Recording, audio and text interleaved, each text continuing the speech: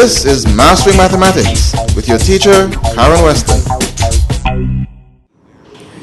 Good afternoon, everyone. Welcome again to another in the series, Mastering Mathematics, a program sponsored by the Ministry of Education, ABU Unit, Mastering Mathematics Center, and ABS Television.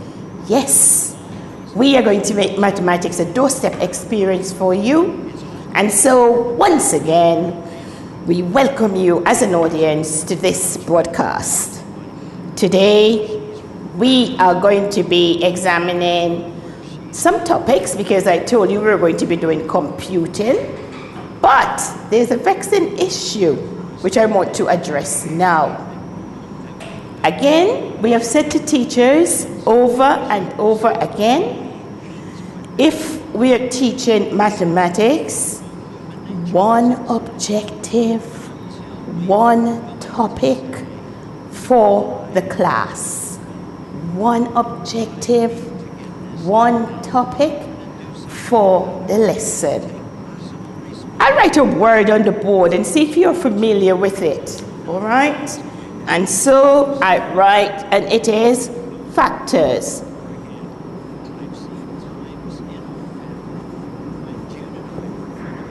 Factors.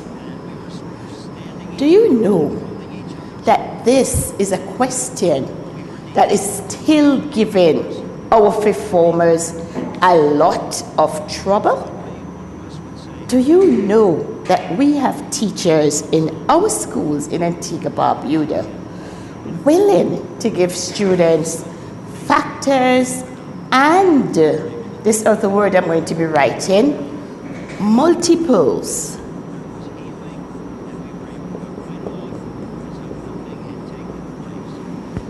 In one exercise, without staying or waiting or seeing that the concept is understood. And then still, to compound the situation, the numbers are so large that they are asking the children to use the calculator, just because the textbook says if you have to use the calculator. I want to implore and beg teachers to look at the students, to assess the age limit, and then to see if the topic or the numbers are applicable for that age group. You cannot tell me that anywhere in this world that you'd have a number 1053 and you're going to ask a student age 9, that is junior 3 in my days, to find the factors of that when it is divided by 27. Do we ask our students in our classrooms to know the set 27 times table? Where is it that do we stop on our books and you see them printed out for our students with our tables?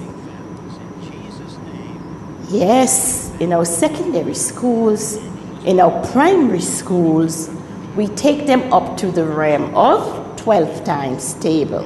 And yet it comes with a price, because we would not want them to say in infant 1 or infant 2 that you're going to tell them that they must know right up from 2 to 12. So why do we in junior 3 ask a child to divide something by 27? What is that doing to the psyche of our students in the primary schools? Again, I implore you teachers, break down the stuff for our students. I am going to show you that when you have mathematicians based and with background in the subject, the sort of numbers that you're giving students, it is small. Because it's not how large the number is, whether the concept is learned or not. And it is a concept, it's the principle within the subject that we are after, not large, humongous numbers.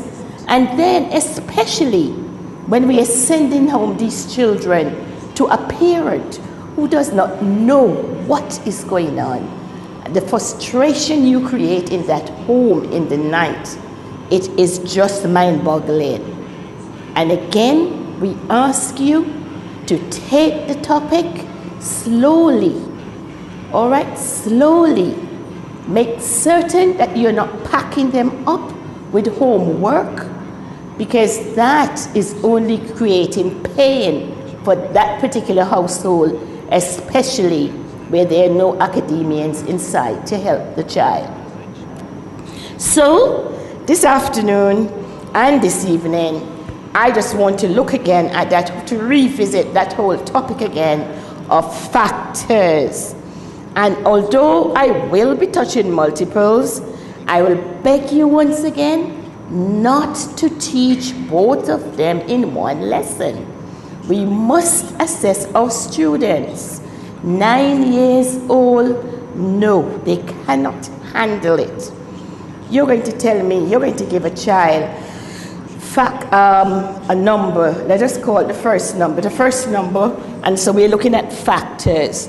If we're going to give a child factors to look at, and we are asking for a number which is 36. Let's look at the number 36.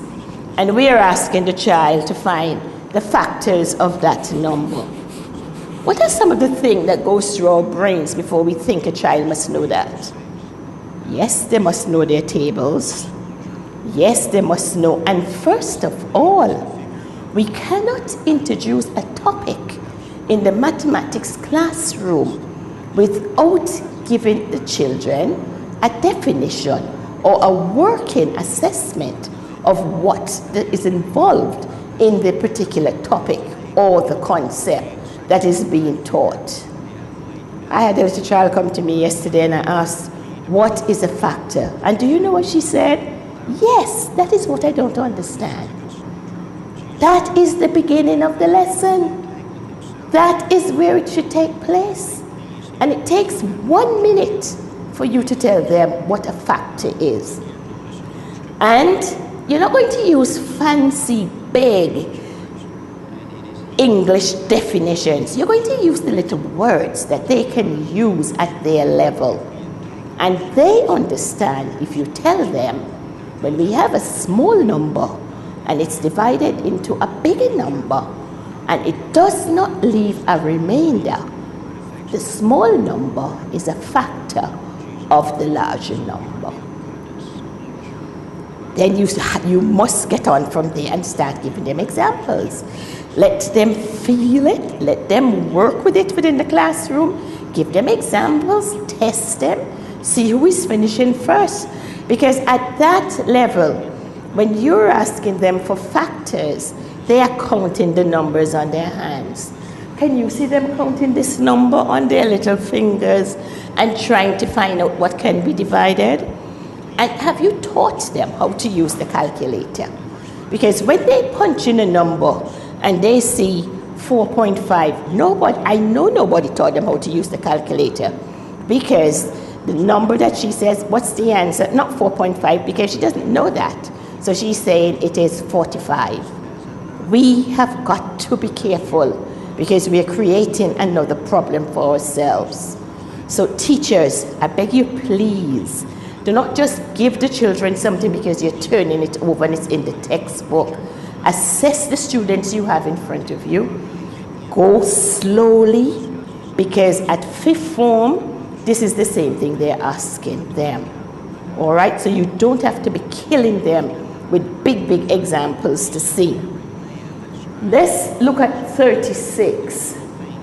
Now, the first thing you would always be telling our students is that you have 1 and you have 36.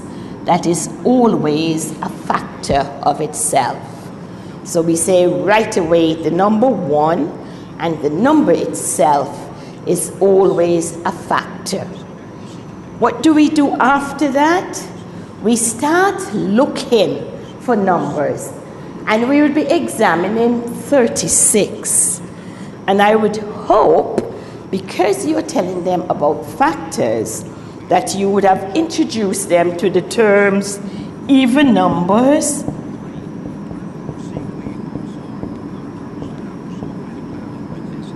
and odd numbers.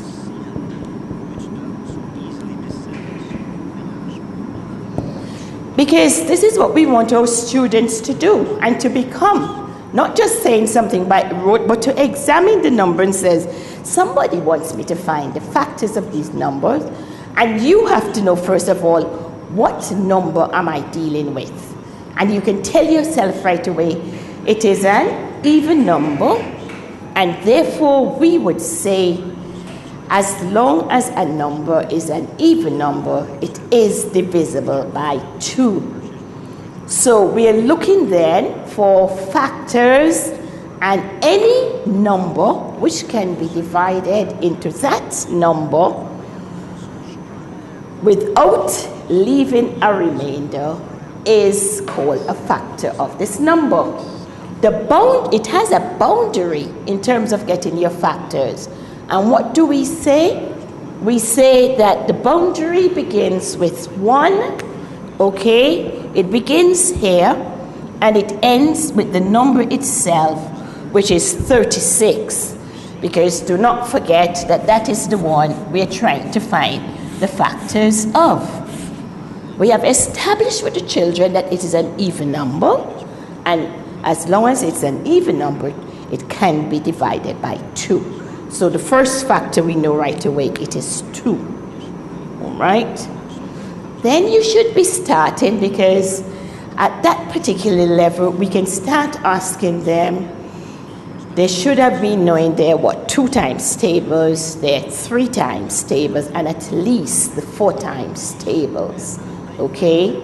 So we can start asking them, do we know if any number in those tables can be divided by 3?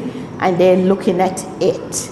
Have you taught them division? So they can start thinking about saying we would take each of the whole numbers from 1 to 36. If we have to do that, and we try to divide it into 36 to see if we get an answer. So we'd start looking. So we know, okay, it's an even number. So 2 will go into that. Then you start bringing after 1, it's 2, it's 3. Will we say, can 3 go into that number? And you look and you see, and they're doing their little divisions. Those who will be actually saying, yes, we know tables and 3, or else we let them go. 3 into 3 goes once, and 3 into 6 would go 12 times. We're going to show them too that when you divide by 3 and you get that 12, that you're going to save that answer, because somehow it may be a factor of this number. Okay? So we know right away that 3 is a factor. Okay? And you keep them going up the aisle with 4 going to that number. And we start looking again and say, did we look? You can let them hold. They can write out those tables. They have them in their textbook. But keep the factors that they want to find within the multiplication tables that we have from 10 to 12. Let them use it as a tool, so that because they don't know them by heart, they can go search the tables and they can see 5, 4 will go into this number. Okay, so that we're looking and seeing that 4 into 36, okay, that would go 9 times. So again, what did we say? Every time we divide something by that number, we're saving the answers, because we're going to use those answers to see if they too can be divided into 36. Then we look and you tell them the numbers, if it ends in a 0, if it ends in a 5, it can be divided by 5. But because this number does not end with a 0 or a 5, we know right away that that is not a 5 is not a candidate. So can we look for 6? And we can go on and say, yes, in our tables again, we would know that 6 would be a number, okay? And after 6, you look at 7, and they can search their tables and say, no, 7 is not a number. What about 8? And they can look again and see. If you go 2 into 3 goes once, and 1, 2 into 6. And then again we're going, so 2 into 16 will go 18 times. So we can take each of these and start dividing now into the number, and then we can get our other factors. Do you see how long that process is? How can you send home a child with several of these going home and thinking, because it is not supposed to be by rote. It is discovery for them at this stage. And I'm babbling on here just to show you that it is not as easy as you think, that they just sit down and they just write bam, bam, bam, especially the children who don't know. And I chose 36 just to show you how difficult it is for these children at a little tender age of 9 to say that you're going to be giving them factors without having practiced it so much in a classroom. I'm going to send you on a break, and when I come back, I'm going to show you the small numbers with which you must make those children learn the concept of finding factors. Be sure that you're working in the same units of measure when performing calculations. If a problem involves inches, feet, and yards, be sure to make the appropriate conversions so that all your values are in the same unit of measure. For example, change all values to feet.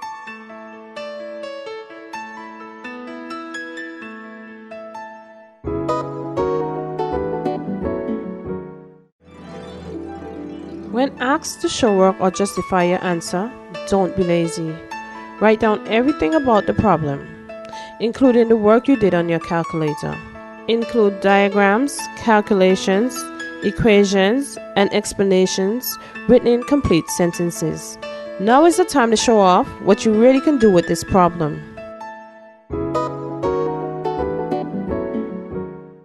Right, so we are back. And you realize the difficulty, the babbling that I had a while ago, trying to get a factor, all the factors of 36. So, do not give these children these big numbers to take home. Parents would have been home aching their heads, trying to get the factors. All that's happening is that somebody's just trying to say, let the child get back to school with the correct answers, but that child would have learned nothing. All right? If we want to introduce factors as low as age 9 in a school, these are the little numbers that you will give them, that you could give them, the little numbers, because they are looking for factors, numbers which can be divided into a large number, small numbers that can be divided into a large number. So we could use not 36, but we could use 6. Do you see how much and how long I was trying to get all these factors here? I just wanted to show you what is involved with something like this, that you think it is just going and plucking the numbers from out of the air for the children. It is not that. And learning takes place in at least 3 stages. First, they've got to understand what is a factor. They've got to then put it into their own little world, and then start doing the process of getting the answer. They know in terms they're dealing with division, and for them, they're putting down strokes, all right? Or they're using their little fingers and they're counting the groups because they know to group the things. But you cannot give them those big numbers. You're just trying to get over a concept. So we give them a small number, and a number like 6, okay? Because we're finding the factors. And what did I just say before? 1 is a factor of every number, and the number itself is a factor of that, okay? So we have a boundary. So what are the children looking on here? they must now look, because we're looking for the whole numbers which can be divided, if it can be divided by 6. So the whole in between, they can be choosing from the number 2, from the number 3, from the number 4, and from the number 5. Let them have fun. Okay? What are they going to be assessing and saying? Because first of all, we're going to be looking at 6. And I'm sure you would have introduced your topic with even and odd numbers. Okay? So what type of number is 6? And right away, some smart one in the class would have told you, yes, it is an even number. All right? And what did we say? So we're examining that. So it's relationship with numbers we have to get our students acquainted with. Okay? So what is the interplay between 6 and 2? And first of all, you're going to say 2 is an even number and 6 is an even number. So 2 should be able to be divided into 6. And even that, watch them putting down their little sticks. 1, 2, 3, 4, 5, 6. And can we group them? They will go 1, 2, 1, 2, 1, 2. And they know, yes, 2 can go evenly into 6. And then so they know that 2 is a factor. What else are they going to look at? 3. And we can say, so say your tables. What is right away? And we say, yes, because that again, even using their strokes, 1, 2, 3, 4, 5, 6. What do we have here in 3s? Right, we can get 2 groups of 3s. So we know right away that 3 would be a factor. Now, when it comes to 4, what are they saying? We have 6 and we have 4. This time, again, they can say 6 is an even number, 4 is an even number, but can we divide 6 into 4? Can we divide 6 by 4 and get a whole number, or are we going to get remainders? So we try it, all right? And we are seeing we can get 1, 2, 3, 4, 5, 6.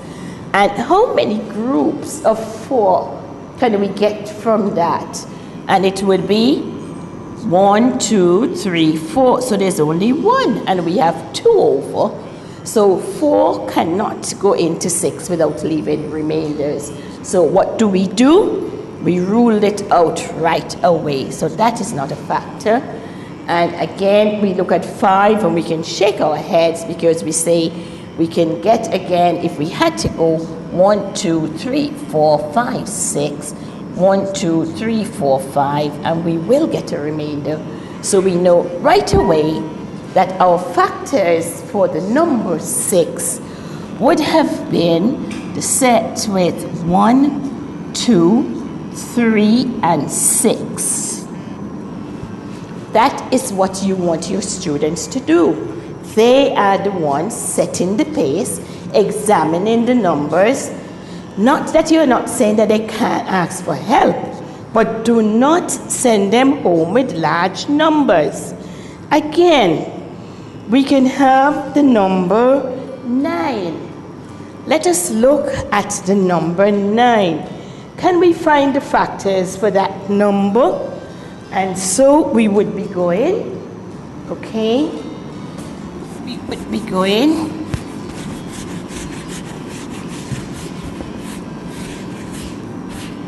so again, we are bringing our primary schools too into focus, and even from the boundary too of our fifth formers, our students in our secondary school, because this is coming from a workbook that is geared for first formers, okay? First formers. And still, these are the numbers they're giving them, not 1,000 and something to be divided by 27. We must keep the numbers on the timetable from 2 to 12. Okay? How did we say we are going to find our factors? The first thing we know is that 1 is a factor of every number, and then we go up to 9 is the boundary, for the factors of this number because we're looking for the little numbers between 1 and 9 that is divisible into 9 without leaving a remainder. And if these numbers, and they're the whole numbers that we're looking for. So what are the numbers between 1 and 9? And we'll be getting 2, we can get 3, you can get 4, 5, 6, 7, and 8. And these are the numbers we have to play with. All right? And so again, we're starting from the top. And what are we saying? What type of number is 9? And again, we would be saying it's an odd number. So what do we know? Any odd number divided by an even number, we're going to get a remainder more than usual. Isn't that true? So we're putting down our 1, 2, 3, 4, 5, 6, 7, 8, 9, twos, and true to saying we would have a remainder. So 2 is not a factor with our 9. We look at 3, and at this age, yes, we know our tables, okay? If we don't, again, we're going 1, 2, 3, 4, 5, 6, 7, 8, 9, 1, 2, 3, 1, 2, 3, 1, 2, 3. And you should see these little children with their fingers counting off the numbers, okay? So they know right away that 3 is a factor, okay?